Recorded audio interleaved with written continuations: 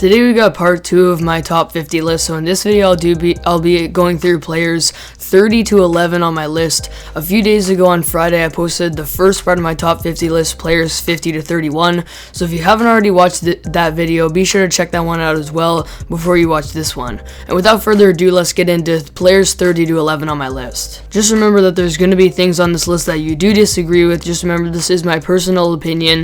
It is valid. I watch tons and tons of NBA games and do lots of research, so you're obviously allowed to disagree and comment your thoughts down below, but make sure you're not leaving any hate, just because we always want to keep it clean around here and make sure we respect each other's opinions ultimately in the end. So let me get in my list now. At number 30 I've got Jrue Holiday, and right away I need to explain this one here because this is obviously controversial, but Jrue's at this spot because he's easily, in my opinion, the best perimeter defender in the NBA, one of the best on-ball defenders, and despite being a perimeter defender, has a very strong case to be a top 5 defender in the entire NBA.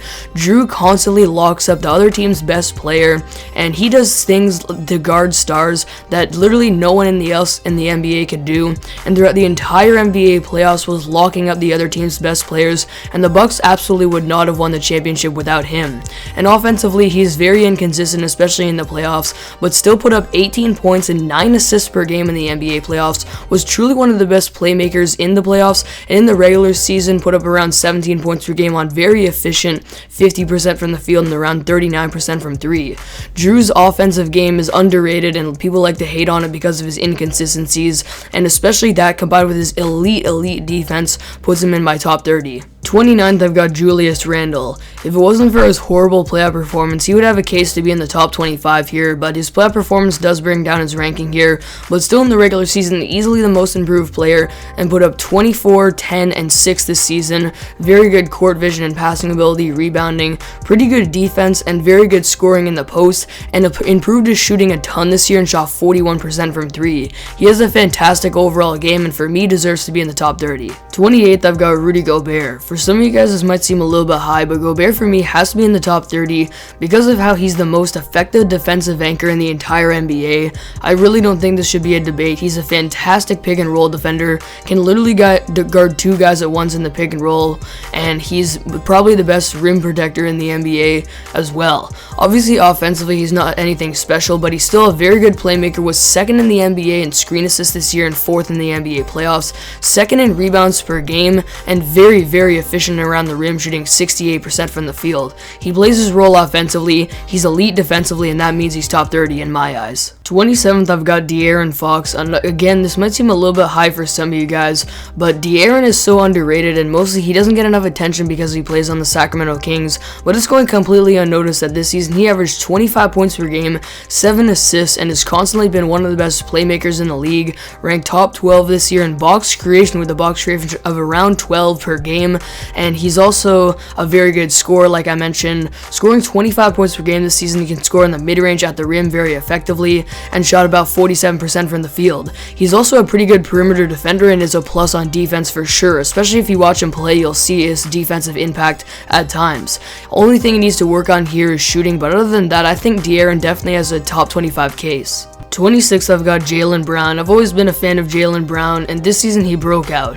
He put up 25 points per game this season, really played his role offensively when it comes to especially shooting 40% from 3 on around 7 attempts per game, and also one of the better defenders in the NBA, extremely versatile, can guard 1 through 4 and plays great on-ball defense. 25th, I've got Karl Anthony Towns, and Cat had another season of having great offensive production, this season putting up around 25 points per game on 61% true shooting, very good in the post, down low, and one of the best in the league at the pick and pop at the center position, shooting 39% from 3 on about 6.5 attempts per game.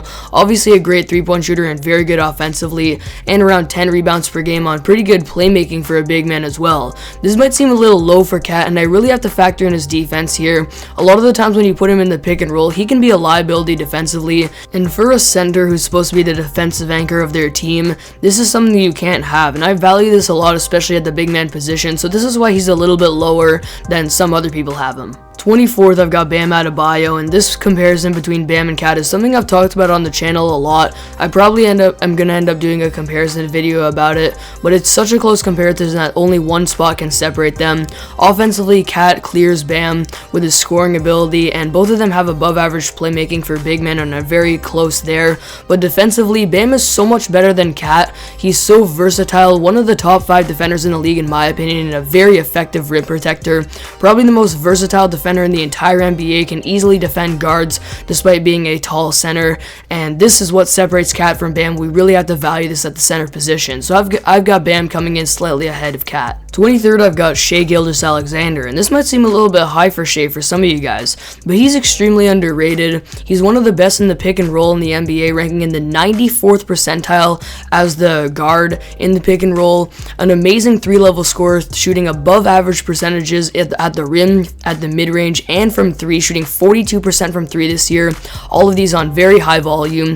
Doing this with the OKC Thunder, and you might say he does get a bigger opportunity with the Thunder, which is true, but also the Thunder have the second worst spacing in the entire league, so we have to factor this in as well. Plus, Shai is one of the better playmakers in the league, having a box creation this year of around 11, along with 6 assists per game. You do have to factor in his 3 turnovers per game as well, and his defense is good, but not elite to the point of some of the other guys on this list, which is holding him back from being in my top 20, but Shai's definitely underrated and deserves to be a top 25 player, and considered that around the entire league. 22nd, I got Zach Lavine, and his scoring ability alone is what gets him this high on the list. Again, playing with the Bulls and having a big opportunity, but still they had bad spacing as well, and he still put up 27 points per game this season on 50% from the field, 42% from 3, and overall a 63.5% true shooting. Amazing efficiency, overall scoring ability, and he's doing this mostly while creating his own shot on this Bulls team.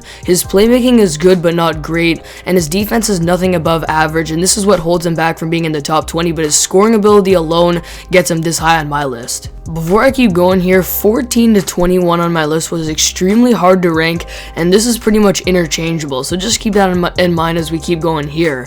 But at number 21, I've got Jimmy Butler. It was really tough to leave Jimmy out of the top 20 when last year he got discussions of being in the top 10, but it's because of his horrible playoff performance. Last year's playoff performance was what got him in to the top 11 on my list, but this year's playoff performance was horrible, only putting up 15 points per game on 39% true shooting, and his inability to shoot was really exposed in the playoffs and in the regular season. Only shot 25% from 3 this season, and he's getting exposed with his inability to shoot now.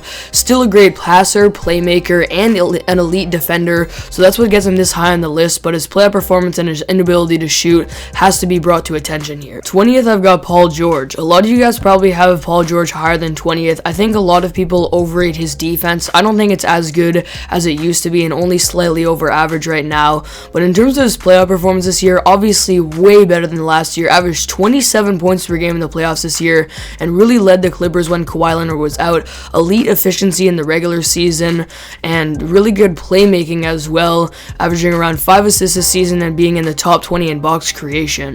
Paul George is a fantastic overall player. I think his defense isn't as good as people think, and that's why he's ranking a bit lower than you might think, but for me, he could rank as high as 14 on this list. Like I said, 14 to 21 is interchangeable for me. 19th, I've got Donovan Mitchell. What gets him this high on this list is obviously his scoring ability. He averaged 26 points per game this season on 57% true shooting, and in the playoffs, 32 points per game on 60% true shooting. There's been some talks about his inefficiency, but really when you look at the numbers, he is pretty efficient. A decent playmaker too, ranking in the top 20 in box creation, as well as being a really underrated perimeter defender in my eyes. What does bring him a little bit lower on this list compared to some of the other players I have just a little bit ahead of him is how he oftentimes has a lot of help from his screen setters, so guys like Rudy Gobert, Royce O'Neal, and because of this can get some more open shots, but overall he's still an elite scorer and a pretty good perimeter defender and a good playmaker. 18th, I've got Chris Paul. I find sometimes he's a little bit overrated and people overrate his impact, but still an elite playmaker, one of if not the best in the league. A 4-to-1 assist to turnover ratio this year, along with a total of 10 assists per game, and a box creation of around 14.5 with his top 7 in the NBA. Still a very efficient scorer too, almost shooting 50, 40, 90 in the regular season this year. Pretty good with both of these things at times in the playoffs too, and above average defensively. 17th, I've got Bradley Beal, and literally the only reason is that he's this high is his elite scoring ability, putting up this season around 31 points per game, and the fact that he doesn't have any other aspects to his game other than about average playmaking for the amount of minutes he does get, a box creation of 9, and about 4.5 assists per game, and about average defense as well, really just speaks to how good his scoring truly is. Like I said, 31 points per game this season, about 30 points per game in the playoffs, and in the regular season shooting 59% true shooting and 49% from the field, which is insane considering his elite playstyle. He creates his own shot a ton, and it's very fun to see him go up against the best in the best and be one of the best scorers in the NBA. 16th, I've got Trae Young, and his amazing playoff performance definitely gets him a bit higher on this list. Elite scoring, putting up 29 points per game in the playoffs and 25 in the regular season, above average efficiency in the regular season and below average efficiency in the playoffs, and the fact that he's sometimes inconsistent and very inefficient at times does have to factor into this ranking, and a main reason why I'm not ranking him top 15, and also the fact that he's still horrible on defense and can't contribute anything defensively, but this shouldn't factor in that much because he is a guard and is hidden a lot on defense. What's really the biggest part of Trae Young's game for me is his elite playmaking. Around 9 assists per game in the playoffs and the regular season this season, and number 1 in the league in box creation with an 18.5, which is absolutely insane.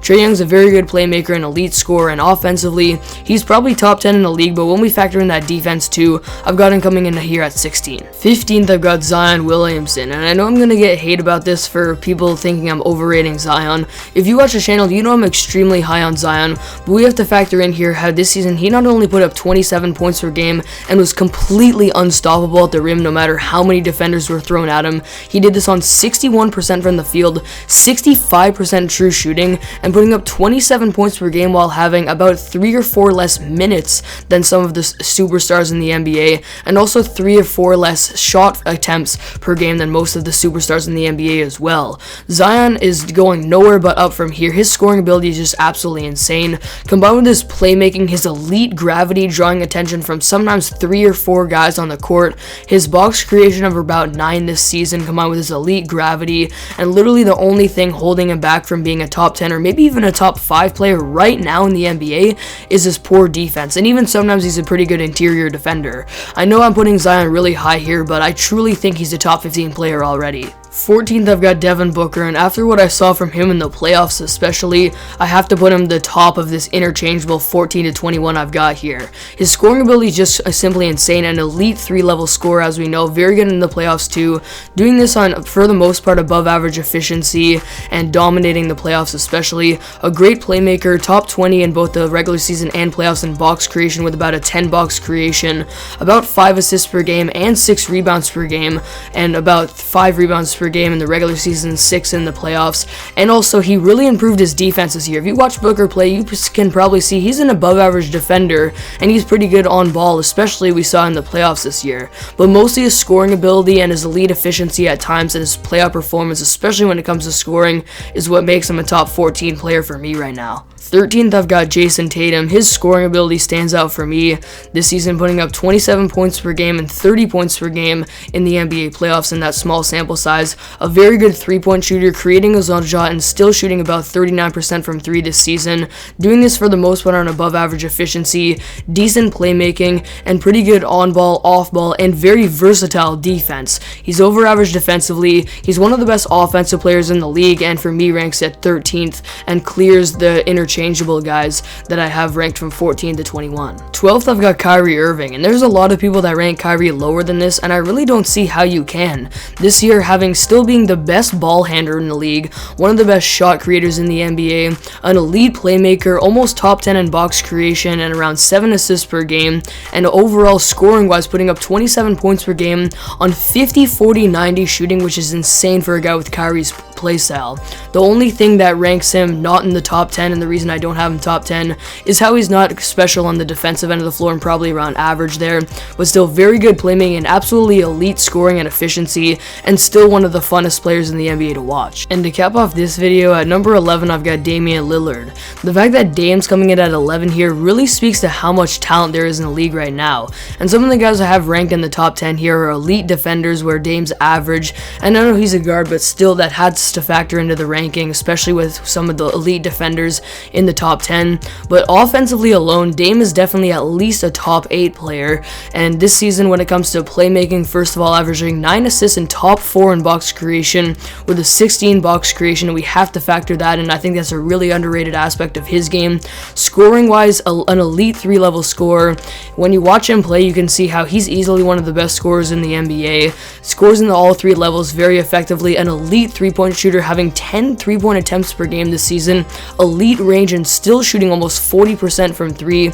And overall putting up 29 points per game this season on 62% true shooting. And in the small sample size in the playoffs, he absolutely dominating, putting up 34 points per game, constantly hitting clutch shot after clutch shot, especially in those games against the Denver Nuggets. That one that went to overtime, he was hitting clutch shots there, and really proved he's a good playoff performer this year, putting up 34 points per game on 66% true shooting.